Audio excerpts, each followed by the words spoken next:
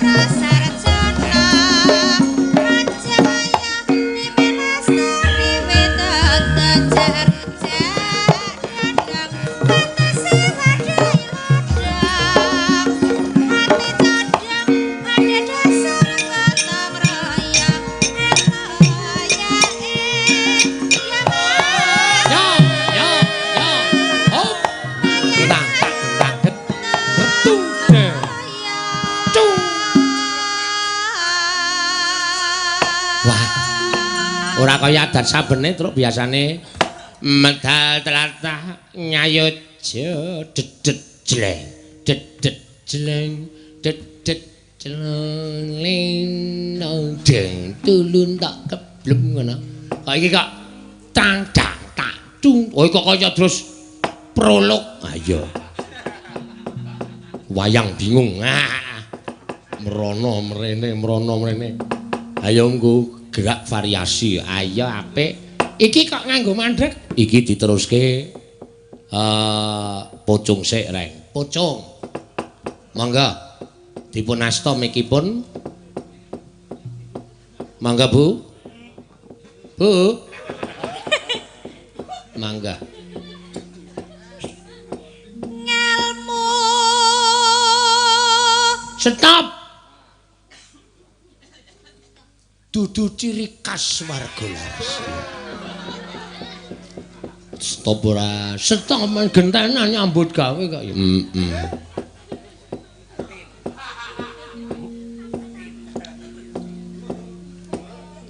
Ayo sing jatah pocong sapa?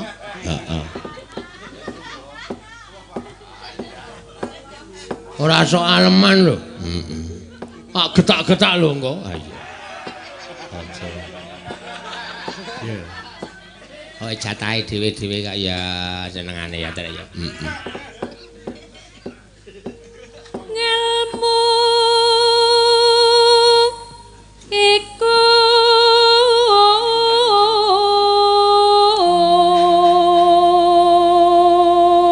sesuk tak beleh-beleh nang bis men gak bobok ayo.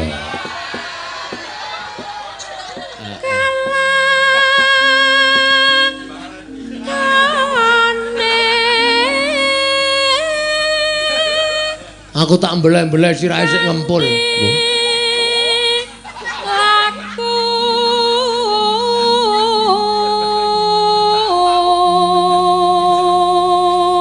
tak olesane minyak samin.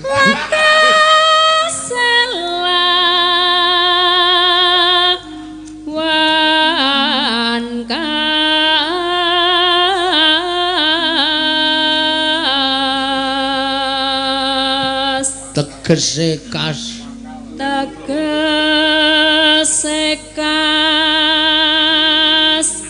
nyanto sani ya setiap bodya tak tendang terus jogeti neh terus main kembrobyos. Ha iya mergane hawane ya adem. Nek ora nggo gerak ndak mung kademen. Lah iya. Kudu nganggo gerak. Heeh. Aja dinggeng. Ha iya. Ya. Satya Butya Pangakase tur angkara.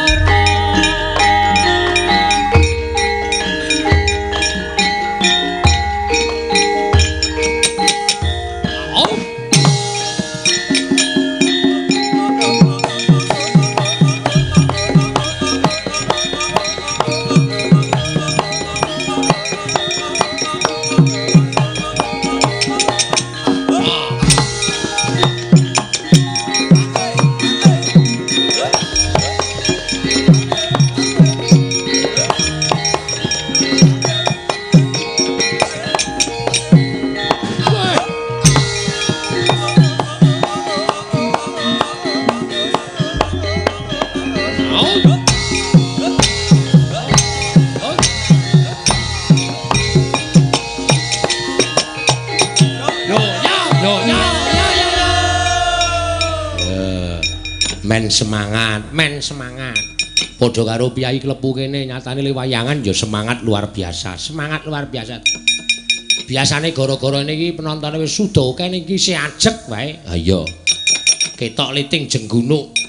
Kok gak mung ditatani watu. Ha iya. Ora, soalé petenge. Oh, mbok tonton isih. Wah, uyu-uyukan ra karo-karuan. Uyu-uyukan wong lima dadi siji. Heeh. Wah, ya syukur alhamdulillah ya reng. Ah, ki mujudake kekompakan ning warga Klepu sing padha ngadani rasulan di bawah naungan Bapak Dukuh. Ya. Sing wis kepareng ngumpulake para warga padha suka-suka parisuka. Truk. Kemana janji to?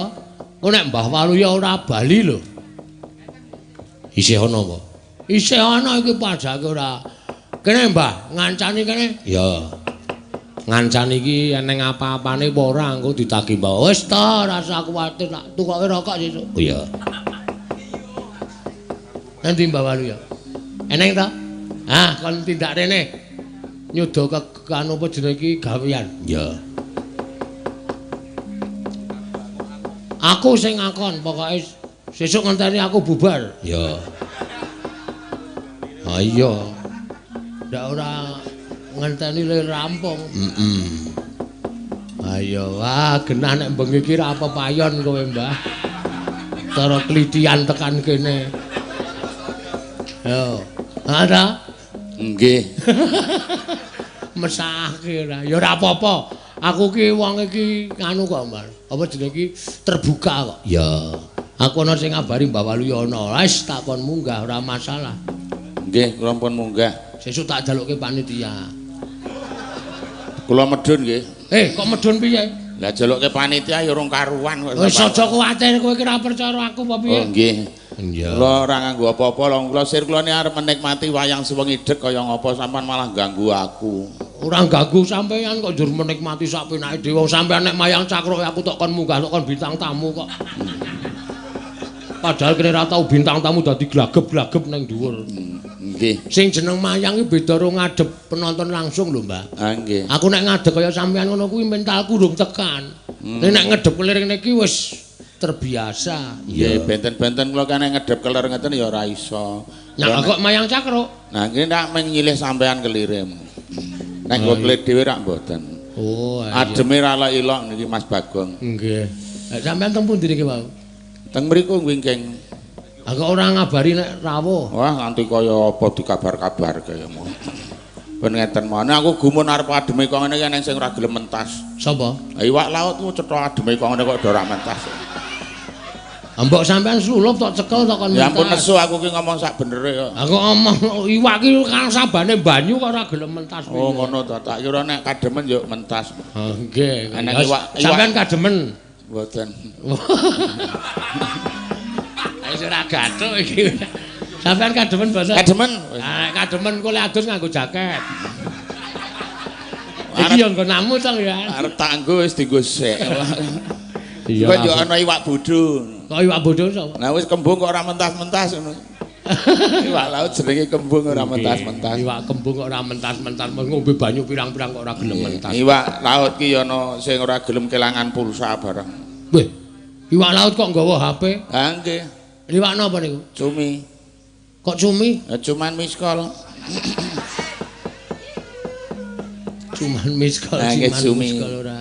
Nggih, kula nuwun Mas Bagong. Nggih, Mbak Waluya. Jane kula mung ngarep rasulan kare nonton wayang. Mboten napa-napa. Sampeyan kok ya dengaren nganggur dagelan larise ra jamak-jamak. Wawan pun buruh nggih gandeng jenengan ten mriki nggih kula niku kepengin tirakatan jenengan kok ngendika wayangan kok ora mung nonton wayang ning karo tirakatan. Nggih. Kula suwe ra nonton wayang wutuh kula nonton teng mriku Mburi Kelir. Wah, polahe jan jos. Selane nek nonton saka Mburi Kelir apik banget jenengan. Napa nek? Wayange obahe niku kaya obah dhewe ngoten. Ya, karang asline wayang ki nontone saka Mburi Kelir kok, Mbak.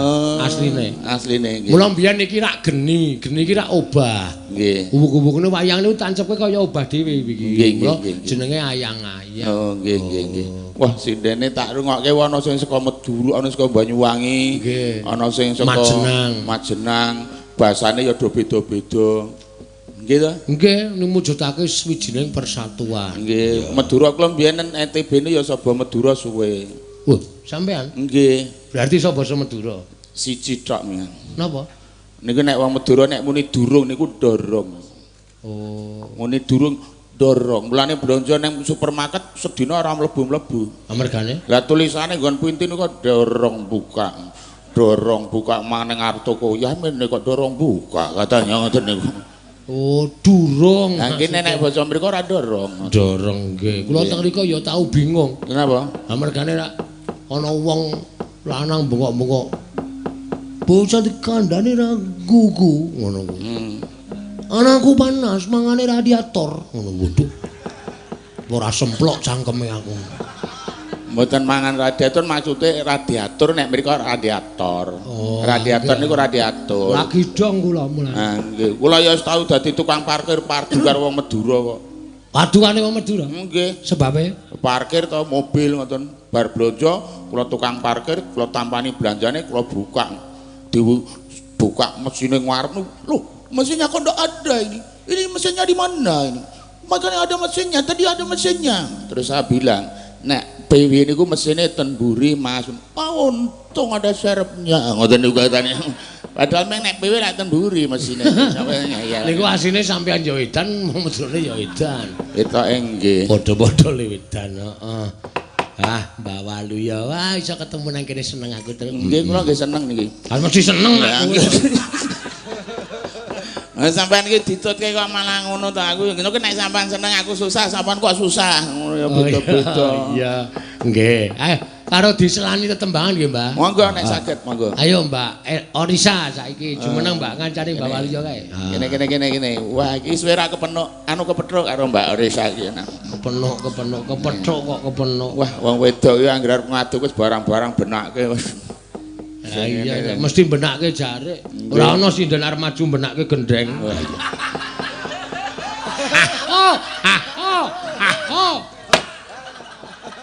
Rumangsaku kok nggon aku kabeh dienggo. Lah aku nganggo apa iki terus?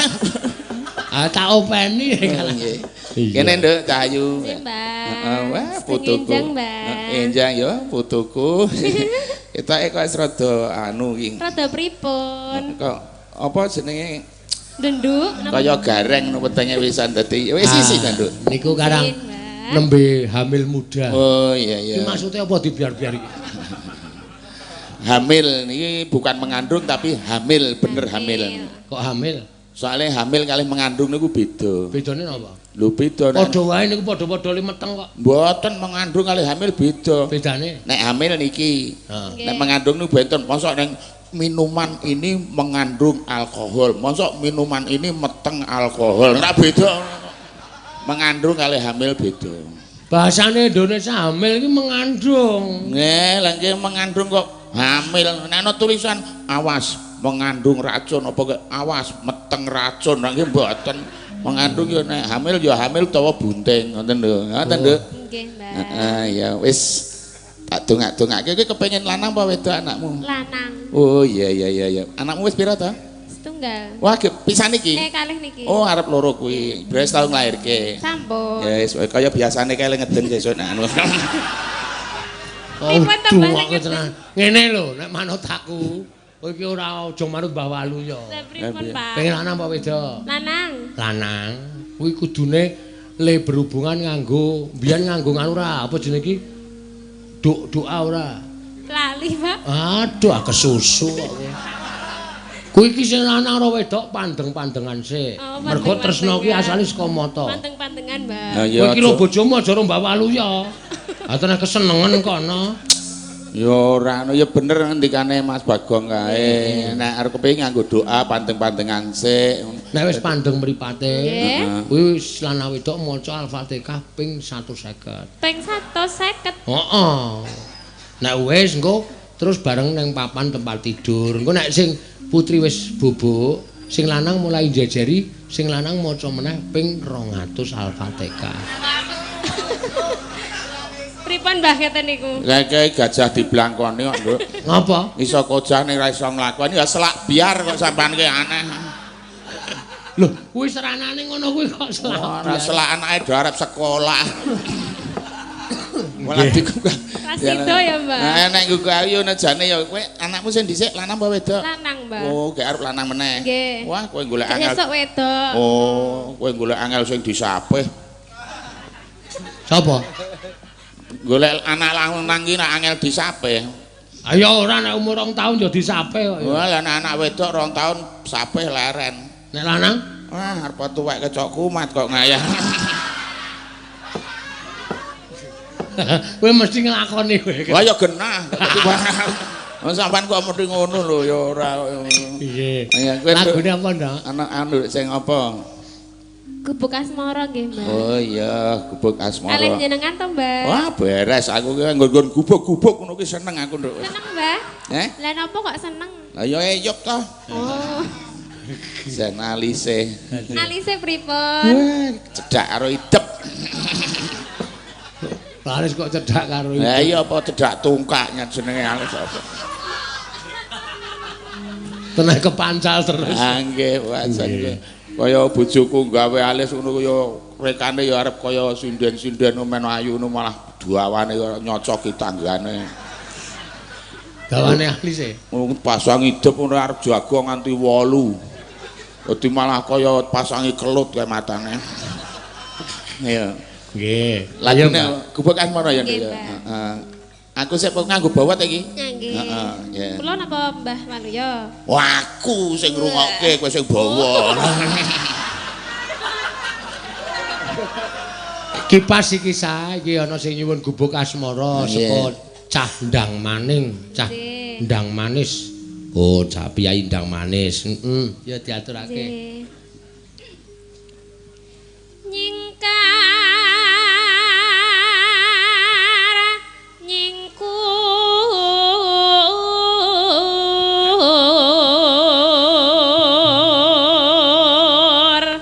Pancen tenan ya Mbak nek wong meteng ki ketok ayune ya. Ketok ayune terus suarane saya banter. Piyai sepuh menak ngendikake ngono kuwi ta? Nggih. Oh. Terus suarane mesti saya meteng tua saya banter suarane. Sebabe? Lah diwangi sing jero to ora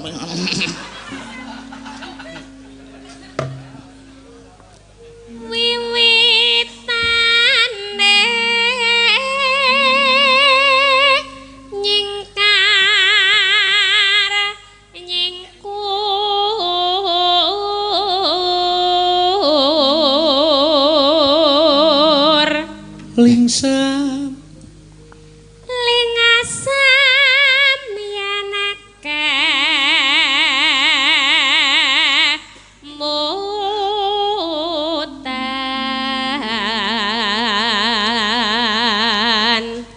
neno lelampahan kang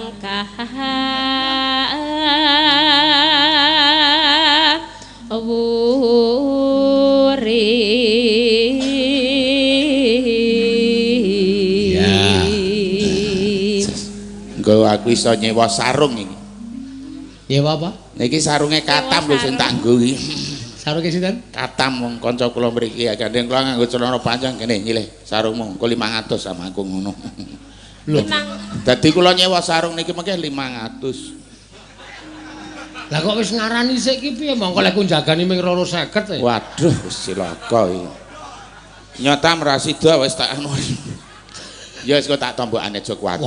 Aku ku pradah kok. Padake cah tipis. Cah tipis.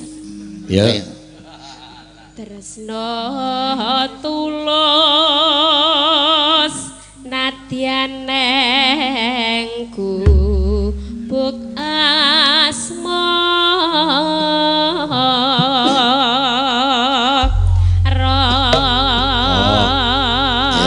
Ki ana sing nyuwun lagu Podang Kuning kangge sangu ngluruk teng Blitar. Oh nggih. Kok disendikani.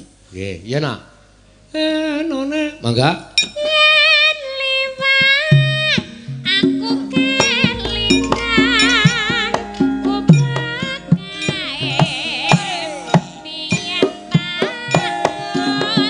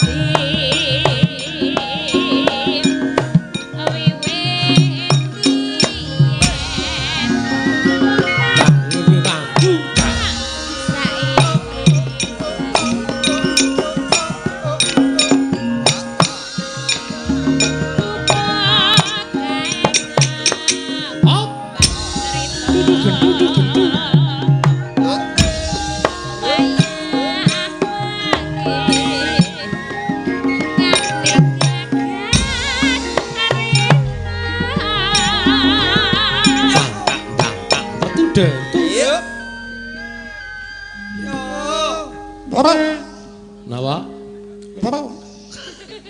Gumun aku lambe kok iso berkibar kaya ngono.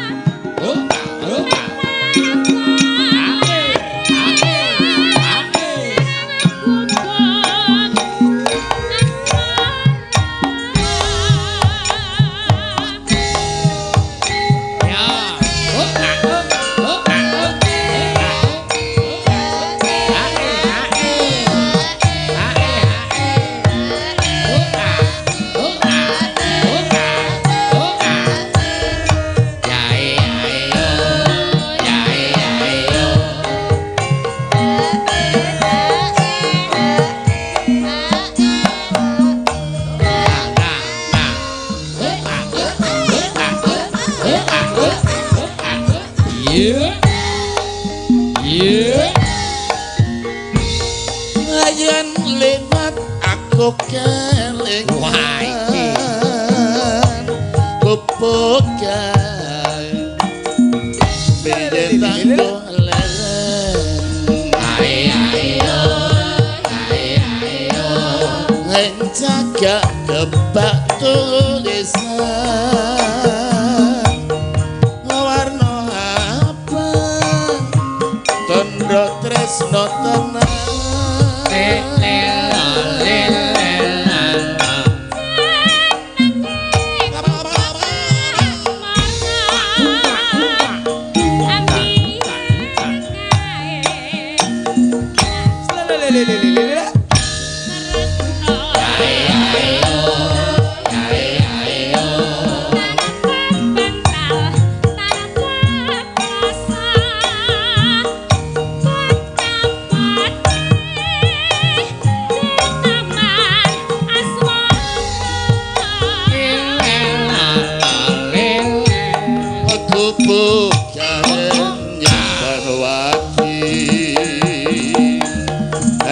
besok ora bakal lali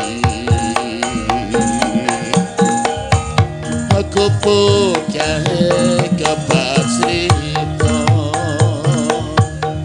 tengah wengi dengan dijagat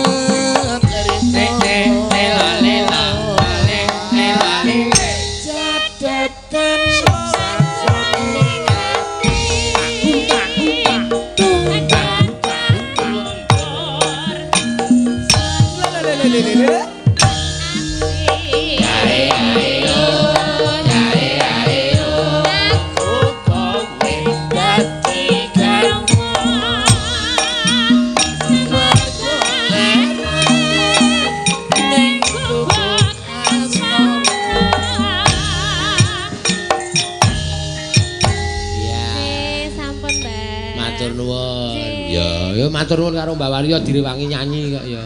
Pun nggih, Mbak. Iya, matur nuwun ya tak dongak-dongake lancar ya Nduk ya, sehat. Nggih, Mbak. Anakmu nek kowe njaluk lanang ya lanang tenan. Amin. Jane kowe iso di USG ketok lanang burung, wis tau di USG? Dereng, Urung. Mbah. Ya sesuk ke USG Isih ki. cilik. Oh, isih cilik. Dereng ketok. Urung ketok. Kene kok aku ke cilik kowe ketok. Moga Ora ngawur ya. Jenenge di USG ki ya wis 6 sasi 7 sasi kae di USG oh, men ketok bayi. Yes, ngenteni nduk aja kesusu. Iya, wah matur sembah nuwun. Heeh. Ki ana sing nyuwun meneh reng. Apa? Podang kuning. Ki sing ngarep ngluruk tekan Blitar. Nonton tekan Blitar sesuk. Heeh, ya wis ben ra apa-apa. Ya. Kowe saking tresnane karo wayang kok ya terus? Ya.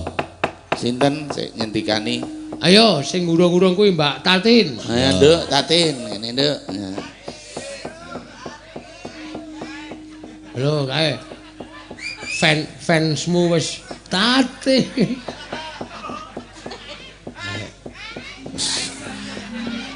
Aja nglangkai wedang jeruk ndak saya kecut. Kok iso? Nah, ya mbuh pancen ngono kuwi kok wedang jeruk. Ya. Kang dalu, Mbak. Ya, piye Nduk kabare? Sae. Ya, syukur. Jenengan pripun? Ya, kaya ngene iki sehat, isih iso kocah, mamah genah, ya ngono kuwi. Cek tetep tua. Tetep tuwa ki awet tuwa timbangane kek dar gitu. Apa dar? Dar ya kaya ngono kae lah. Nggih. Ya kowe ngaturke podang kuning. Heeh. Nggih. Harus sik nyuwun iki Tin, podang kuning. Ya. Oh nggih. Ya mesti kangkane. Ngapa e? Kowe kok ngguyu ngapa ora ana? Mboten, Pak. Ora kok. Ora piye-piye. Ya, iki saka Mas Menore sing nyuwun. Hei, jak omong kok. Nggih, Pak. Pripun? Saka Mas Menore sing nyuwun Nggih, Mas Menor ya. anu arep bablas ning Blitar, Dek. Anu wonten sawere mboten? Ana, nya. Ndi? Tampan ana, ora bakal. Pinten, Pak? Ha iki lho receh-receh nyepuluh-nyepuluh iki. Nya 50 iki. Yang kok kena nggo pipis. Wuh. Ten nganu lho. Arep tok nggo lamu. Ini rada saru lho arep ketok ngene karo ngene. Ngene iki. Ngene iki napa, Mbah? Alah ku nek di rasak-rasake rada saru iki ya ora rasake wis. Ameng rada kok. Nah iya. Ya nganggo bawa apa langsung? Wah, wis. Liyane ora njaluk duit Tatin yo njaluk duit dhewe. Ya kudu eneng sing njaluk timbangane wutuh. Nggih, bawa mboten, Pak. Manut nganggo kok ya. Kok dibawani sing apik sing. Nggih, kula nek bawane rapati anu e. Ah ya ora apa-apa nggawa buku karo papan tulis esuk. Cekelke, Mbah. Anyar ngaling-alingi wasedya wayangan malah kowe sekolahan. Lah ya rumah aku kok ora. Aja diwalik-walik engko ndak ilang. Lah iki catetan Ndrok seprapat. Wah, kleru Oh, ndek. kleru. Oh ya bener Ding ya. Kita catatan ban warung. Danggune. Ya gawe yo. Iya. Si Nadian ngono. Nggih. Apa sih, Pak? Nah, Nadian wujud ngumpek sing. Jenengan bawane. Lah aku mung maca iki kok dadi kon bawa. ya. Nadyan wujud. Ya nyanyi wis malah gur maksud. Ameng nyekeli kok dadak dobah-obahke iki aku ngerti maksudmu. Gak. Piye? Aku ki ora arep kepiye-kepiye meng. Agawe talining pranta.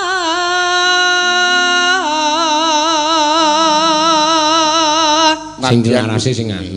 Nadian wujude meng peci arep wujude meng manuk ning iso dadi naleni katresnan. Manuk apa ya? Ha yes kuwi diwaca terus. Ku aku sing jelaske. Alus manis tur mrak ati. Cakepane dicetha. Alus, legi, alus manis to. Alus Nggih. legi turun Tur merak merak ati. ati. Oh, gregetake.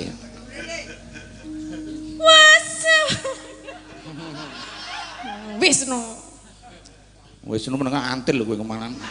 ceceki wae kowe. Wasuwi anggonku lana. Wis suwe mung ngubengi jagat bebasane. Heeh. Golek isi podang kuning.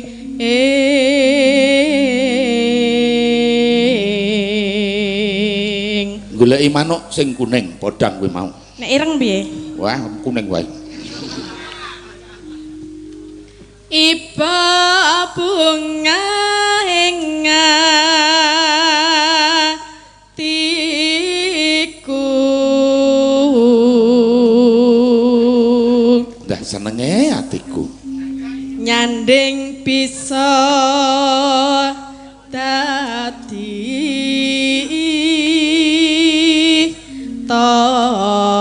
tamba.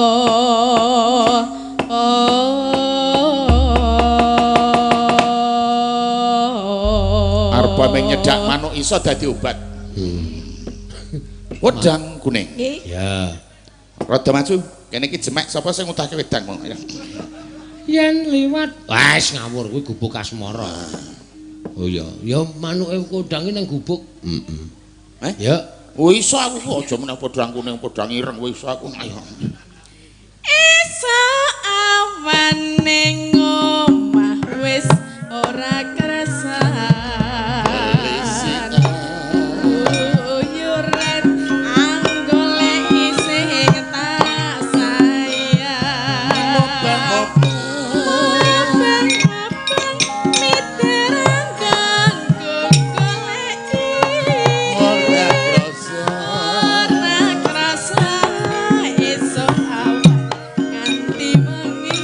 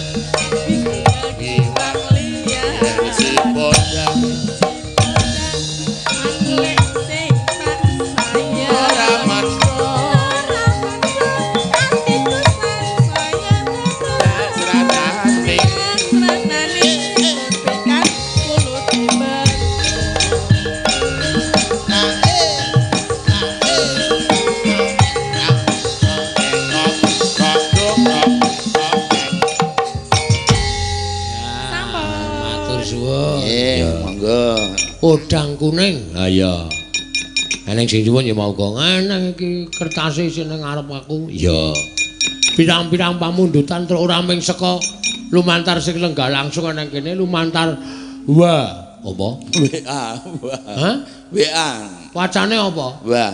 Agene kok. Iya. Iya kuwi WA ora wa bener Mbah Waluya kuwi mau. Heeh. Ya. Pun esuk. Napa? Monggo, nggih. Nah, sing urung maju meng Mbak Ayu iki. Oh nggih, Mbak Ayu sing maju. Ya, apa ket mau? Kabeh komplit. Ket mau gur kiper wae apa piye kok ora maju-maju. Monggo. Kene, Nduk. Iya. Mbak Ayu Purwalestari. Halo. Mas. Ayo ngarepe gelas tok karo panganan. Niki ngaturke lagu napa, Mbak Ayu? Niki pamundutan pirang-pirang kula ora iso ngatur pamundutan. Ya, Napa mawon? Ah werna-werna kok napa mawon. Alah, sedaya kok disentak.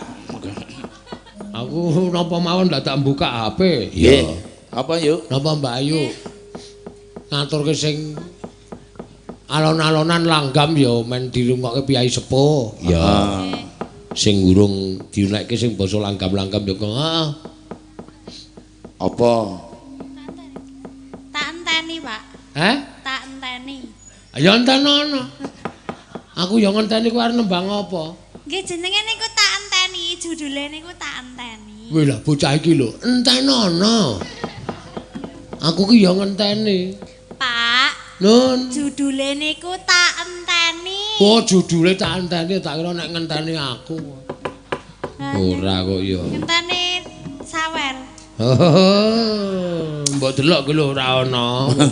Dijaluk tatin kabeh 50.000 10-ane ya gelem tatin iki. Kuwi tak enteni iki nganggo bawa apa ora? Nganggo. Oh, nggih. Kiraku kowe tan citra. Ngono kae. Oh. Kiraku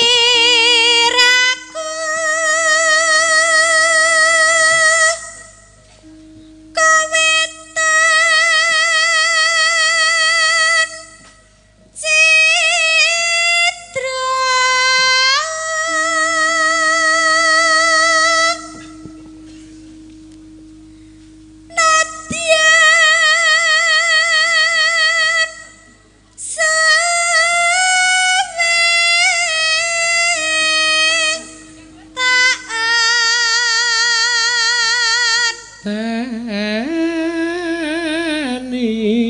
Kita ora seneng ya, Pak. Kita ora seneng niku do bubar kabeh. Kayak bali njupuk tremas entek wedange ya engko bali rene kok kowe. Ora apa-apa kok ya kae iki kondur kon nonton liwat streaming kok ya. Heeh. Adake ora.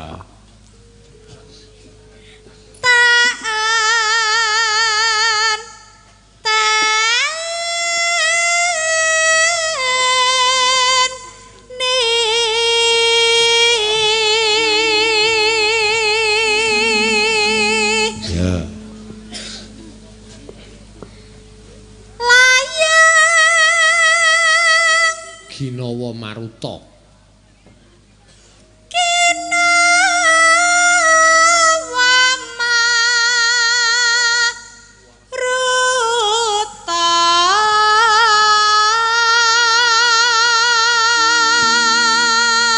Aku mbiyen krungu tembang iki sepisanan, wah senengku ra jamak-jamak. Apike to. Bareng bola bali? Ya seneng tetep. Oh, ora. Aku ki wong ora tau jelekan kok bola-bali tetep seneng kok aku. Ketoke setia karo apa wae.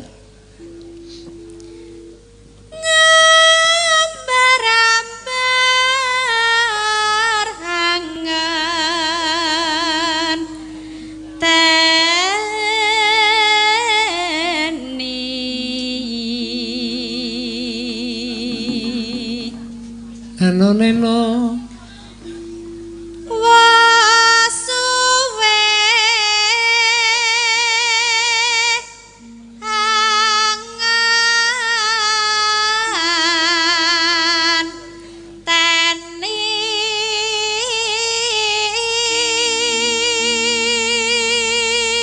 yen mulai oh kowe kelinci ucul Nding. rasaku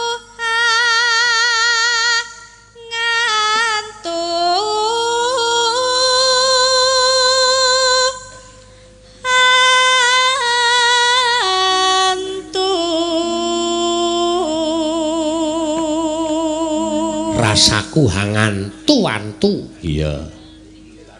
Iya.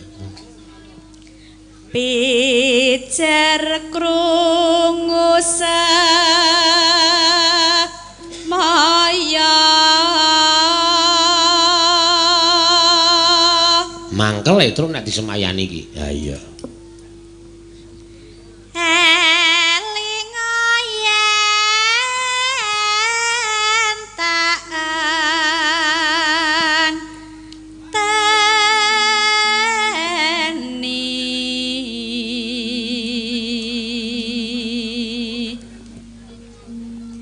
Neno kledang sing marai lega nang kene iki lakae bocahe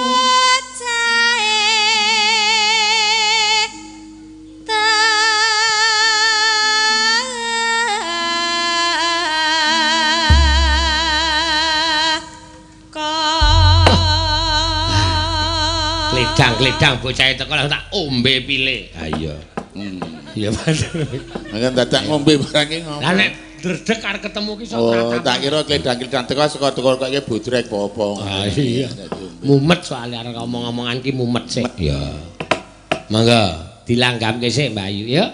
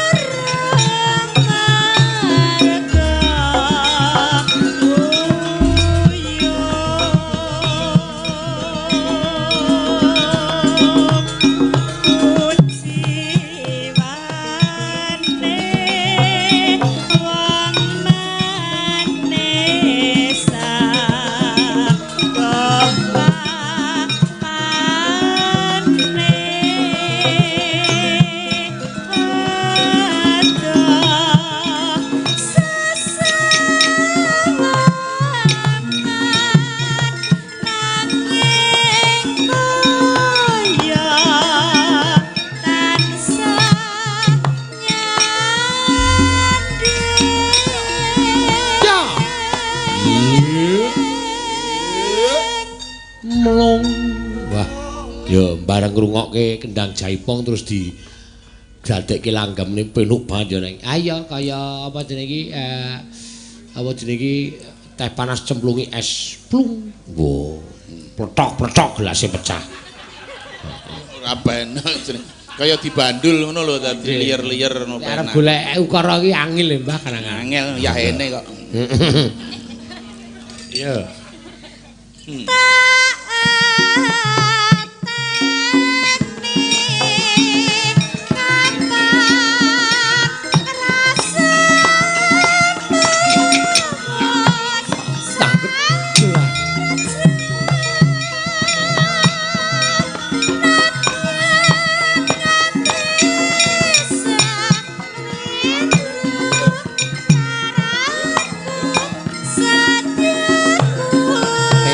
Rong lamban terus. Ya.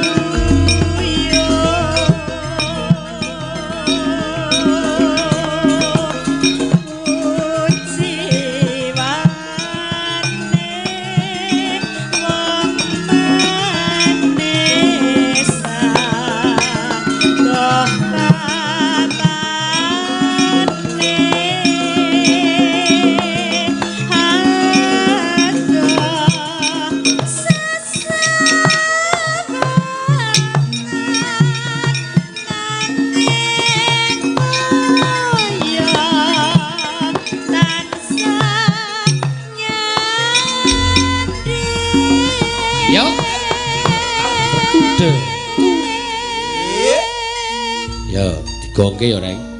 Digongke.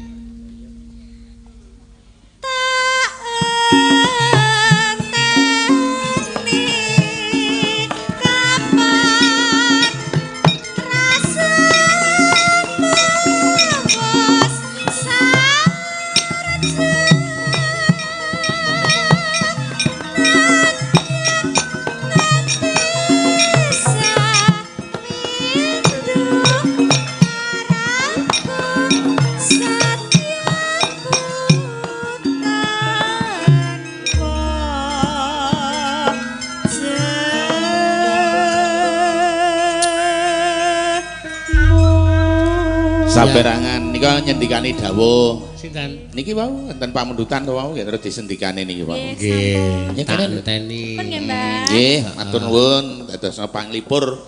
Anteng ayo kowe sing ndak ngantuk keplok ora laras. Malah ngrusaki Rama ora. Ya kono kae tepungan Romba Waluya. Wis tepung aku iki. Oh, aku kok glidik teng. Iya. Ya kene, Nduk, Cahayu Anting niki ngono wis tau ketemu nang desa Nanggung kono kuwi kok wingi. Ngendi? Mentral. Kok Nanggung? Nek gedhe rak mentral. Moga mriki. Nek cilik Maja cerit moga. Kene medun dalane. Wah, wis butek kabeh kae. Apa? Pinggire sik. Dilih. Kelangkaan marai butek trae. Oh, malah kesuwen lenata gelas iki kalau ora nembah. Ya, ngaturke lagu apa? Apa niki? Kae sing bawamu sing wingi kae sing anyar ki apa kae? Kae tibane apa kae? Tibane kudune ulan andeng-andeng Pak Di. Lah ning wingi tibake apa? Dan jenengan nyune gerajakan ngeyel. Ayo kuwi tibake gerajakan ora ngeyel kok malah. Sekali-sekali ya nek no ngeyel barang ngono Din ora apa-apa. Kok manut aku kok ya. Ki bawane piye mau wingi kae sing rada angel kae? Ya. Bawa Banyuwangi ning urung tau krungu. Oh, iklan barang wisan kan. Ya.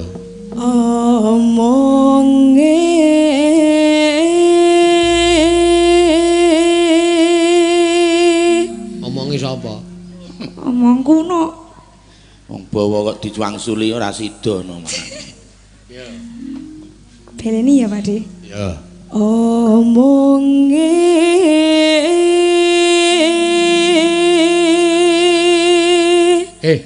Tak omahi to. Kowe iki nek bawa aja merem. Menghayati aku ki ngene iki lho. Penontonne bali kabeh lho kok sepi ngono. Ora weruh kowe. Oh menghayati kok ya. Heeh ya terus. Omonge sapa?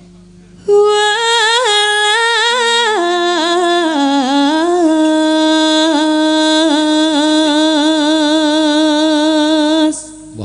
iki nek kon qiraah apik banget.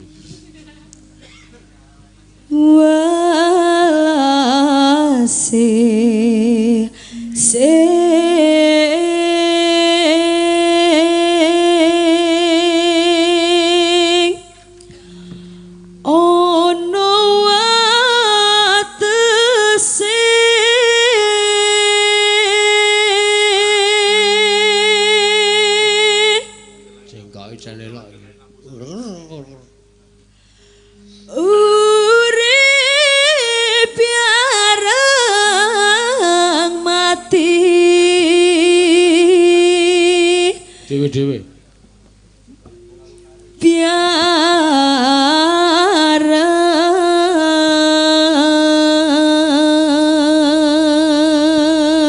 Bawa kamuflase iki. Kok iso? Urip bareng mati bareng. Ini ngembake dili sekedhok ra kodanan dadi matine bareng. Oh, nggih nggih. Semayane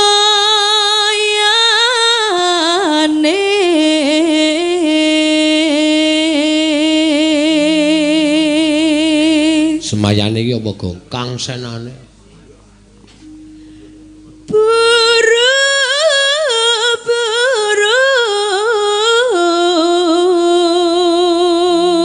Gara-gara terus tak dung. Oh. Omongane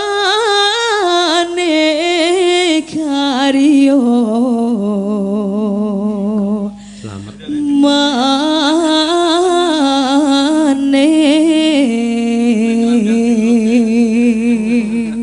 Iya. Wis rampung. Dereng. Oh iya. Sithik meneh ya. Ya. Manut kaya putu. Aku anggepe kaya muride.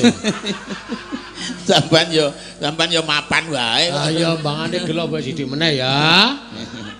Lewang sulan yo lenah ye.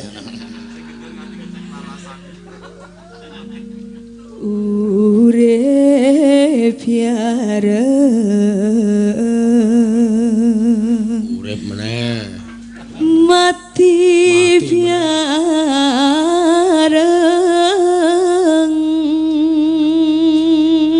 Iki pokoke judule bawane sehidup semati. Ha iya. Urip meneh, mati meneh. Semayane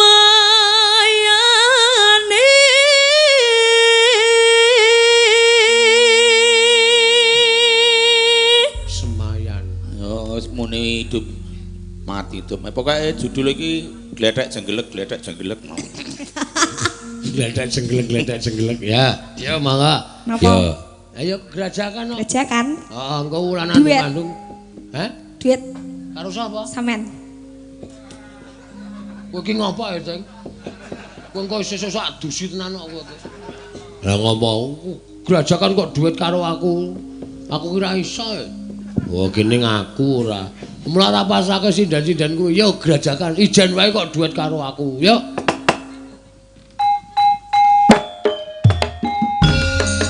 Yo ben ora adem. Ha iya. Padha karo lari pagi bisa.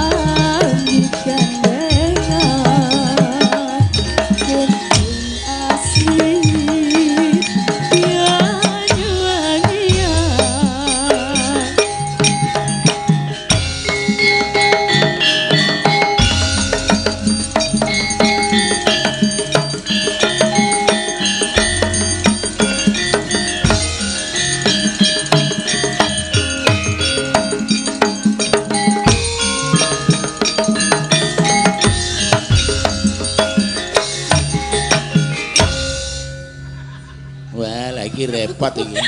Apa? Aku lorot, Pak Dik. Ora gelem ya. Mbah, benake sik, Mbah. Wah, anakku kebablasan kok malah repot. Ya, sepira nadane iki? Lala. Ya. Gerajakan Banyuwangi. Raino bini sing tau sepi.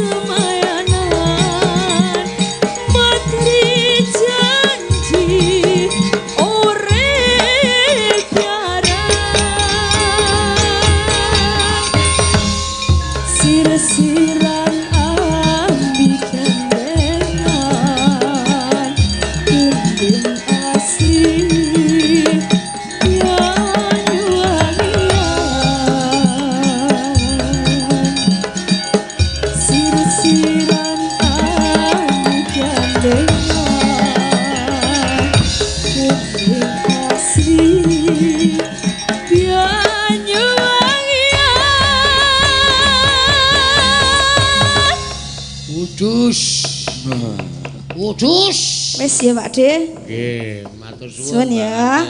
Nggih. Suwun nggih, Mbak. Nggih, kula sing penting pun nderek tirakatan. Nggih. Monggo karajengaken. Ampun mulai, ampun bali sih. Oh nggih, nggih. Ngenteni aku. Nggih. Wah iki ngededek iki. Arep tok jak ngomong kok. Ya mbok menawa aku dhisik duduran rokok sak wadah. Ya. Amun rokok ora. Ki lho Ndara Janaka kok malah ketingale Sungkawa ing galih. Bapak kok ya ngetutke nang mburine wae. Ha ya mbok aku ora ngerti. Janeng yaning talaka ngati langit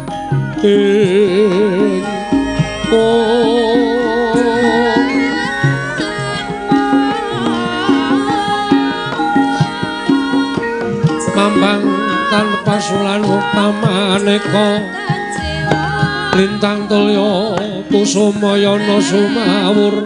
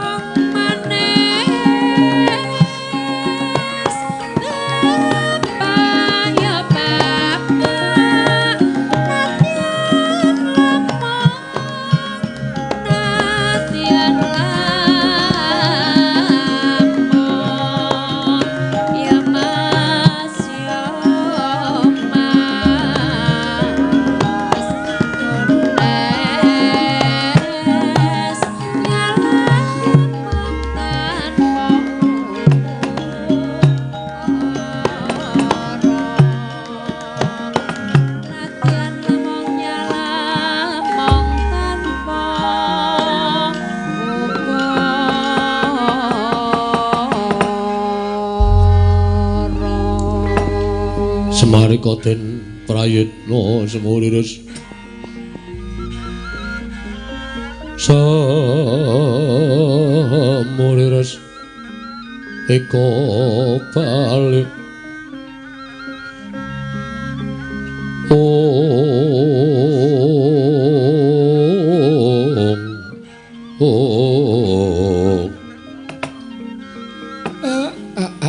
Ndara enten apa Gus? Kok katingal Sungkawa penggalipun Den? Kula nyadong dawuh Dara. Kakang Semar. Kula nalika semana aku entuk sasmitaning Jawata. Yen to dewa bakal nurunake kanugrahan 3 peranganing kanugrahan. Ya kuwi wahyu kaprajuritan, wahyu katentreman, inggih katelune wahyu pulung ratu. Mongko Janaka wis entuk sasmita tinanggenah ngupaya tumuruning wahyu. Nanging nggo seprene durung ana pepadhang bakal menyang endi nggonku ngupaya kanugrahan Kakang Semar. Ampun terus nglokol to Den. Titah diwenangake budidaya. Nek sampeyan gampang lukro penggalipun ora entuk pepadhang tempun ditumuruning kanugrahan. Niki mengke mboten sae kedadosanipun. Mila Monggo dipun luru kemawon, dipun upadi. Nek perlu sarana priatos mlampah sak puruk-puruk.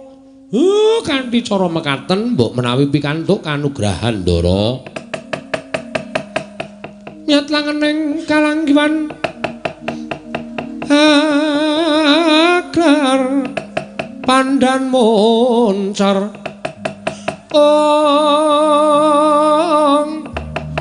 tinon ler kakonang surem sorot etan padang kasoran bacaring purnameng kekono dasare mangsa katiga yata Kakang Semar yen to pancen kaya mangkono aku nedya mlaku sak puruk-puruk mbuh menyang endi gone bakal nemokake kanugrahan Kakang Nayantaka niku langkung prayogi Ndara monggo den kula dherekaken Semareka den prayekna semure res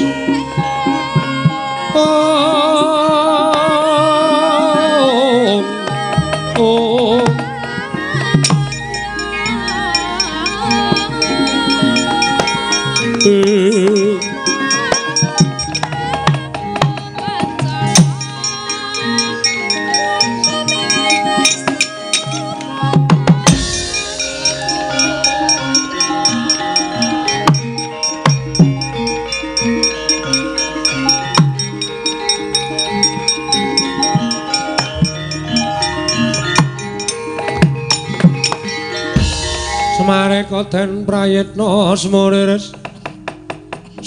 resiko balik Dityani Gandayani Trisanya Purnama sasi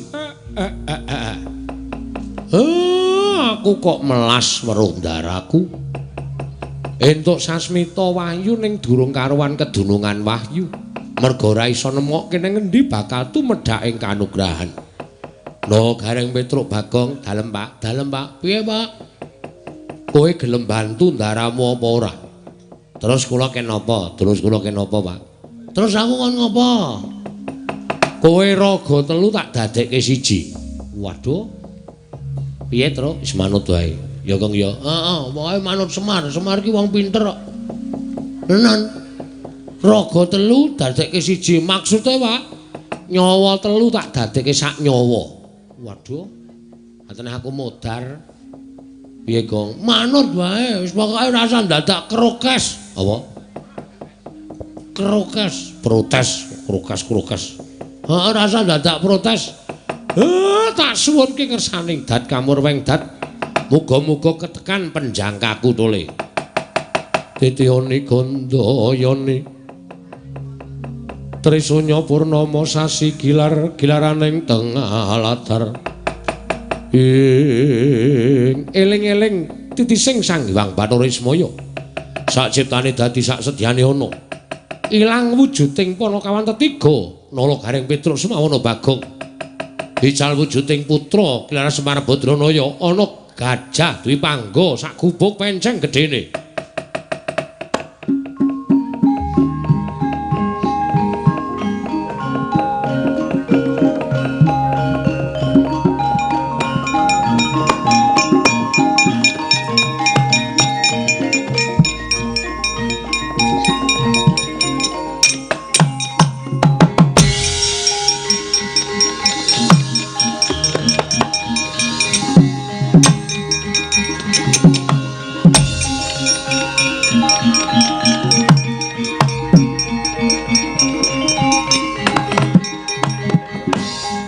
Iki kok sumpek banget ki ngapa ta, Men?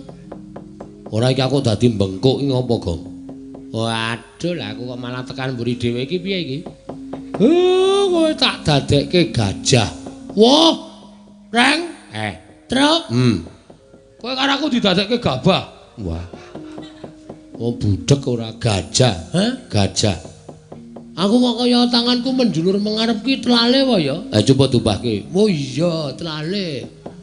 Sikilku sikil ngarep. Oh. Aku malah neng mburi ngene sikilku dadi sikil mburi. Tanganku kok dadi teng telekuk ki buntut apa ya, Tru? Heeh. Oh, ngene kok. Buntut iki nek tak ngake kok kaya ana cendelane cilik ya, Tru. Kuwi bokong, Rang. Oh, caidan ora. Bokong ta iki, mulane kok pading. Kowe engko semise lho nek nggo nelek. Aja nelek. Gajah. Kula, Pak. Kowe tak kongkon mlebu Ngastina. Nggih, terus gawenen Dewi Banowati mlayu saka negara Ngastina. Oh, nggih, siap. Lah terus kula jenenge sapa? Kowe nganggo jeneng Gajah Binggala. Gajah Binggala. Iya. Wis gage. Mangkat aku tak nderekke bendaramu. Pokoke iso ora iso kowe kudu iso gawe playune Dewi Banowati. Siap, ngestakake dawuh, Pak. Mangkat saiki. Mangkat saiki pono kawan.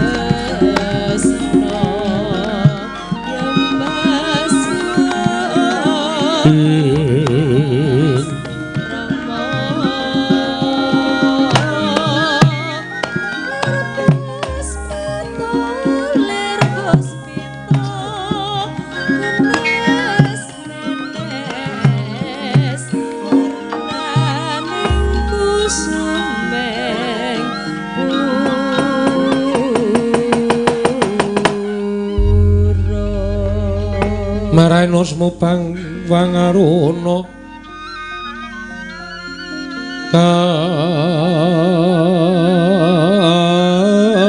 katinetraning uga rapuh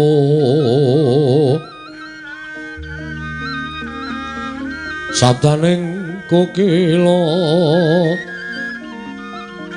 ring kanikara sakatar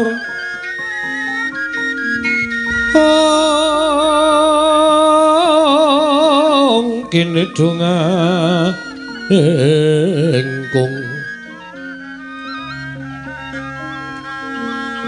ler wowo sing pine panca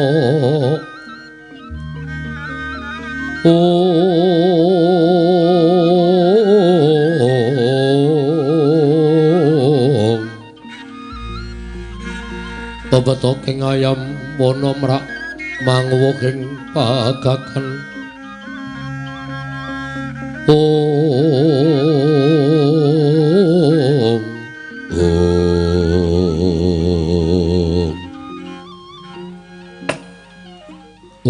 Mastunama Sidam karing bawana langgeng. Ora pangling Narayana ingkang abiyantara. Ih, pukulun. Sawu-sawu kalapatanipun ingkang wayah tadah wadana. Kula sowan tanpa tinimbalan saha kula ngaturaken sembah pangabekti kula kunjuk. Iya. Narayana ulun tamba. Baya apa ta parigawe dene jeneng kita sowan ngabiyantara ulun. Pukulun. Jumbuh lan sasmita ingkang sampun kula tampi bilih Jawata badhe matedhakaken kanugrahan. 3 peranganipun inggih menika wahyu kaprajuritan, wahyu katentreman, tuwin wahyu Pulung Ratu. Pukulun. Menawi dipun keparakaken kula badhe nyadong tumuruning kanugrahan menika kala wau mboten kinarya keperluan pribadinipun Narayana nanging sapirakan wayu badhe kula aturaken dhateng kadang-kadang kula para Pandhawa tandha sih tresnanipun ingkang wayah kalihan kadang kula para Pandhawa. Oh, Mastunama Sidam karing bawana langgeng. Narayana, kula wonten maring adhau. Kita sowan pancenapan kepara nyata lamun wahyu cinadang dadi darbeking Pandhawa. Ya mung siji ingkang wajib kita tampa, ya kuwi wahyu katentreman. Wondene wahyu kaprajuritan paringna kelawan kadang kita ing Jodipati Si Werkudara. Jalaran ya mung Werkudara ingkang saguh lan bisa sarta kuwawa anggadhuh wahyu kaprajuritan. Mekaten pukulun ya mung dadi wuninga. Yen to dina samengko wahyu Pulung Ratu wis oncat saka kayuwangan mbuh menyang endi papan dununge. Dene iki dadi kewajiban kita supaya ngupaya menyang endi dununging wahyu Pulung Ratu sabab telu mau ora bakal bisa pisah. Lamun katelune mapan ana ing Pandhawa ya Pulung Ratu kudu mapan ana ing Pandhawa. Lamun ingkang loro mapan sakliyaning para Pandhawa ya Pulung Ratu kudu mapan sakliyaning para Pandhawa. Monggo pinesti wahyu kaprajuritan tinampa dening Werkudara. Wahyu katentreman tinampa dening Narayana. Wondene ingkang Pulung Ratu mau upadinen sayekti ing kono bakal manunggal teteluning wahyu kang aran wahyu Trimanggala Narayana. Sarating pandam sumula madangi jroning pasarean menangi wadana katon remu-remu kalingan ngangrengeng sang Dyamana hengkung. Menawi kala mekaten tumunten kaparingna dhateng kula ingkang kalih wahyu kaprajuritan wahyu katentreman. Ingkang saliyanipun menika jangkeping 3 Pulung Ratu kula ingkang badhe ngupaya pukulun tampanana. Ulun titip babar pisan wahyu kaprajuritan paringna marang kadang kita Jodipati Kresna. See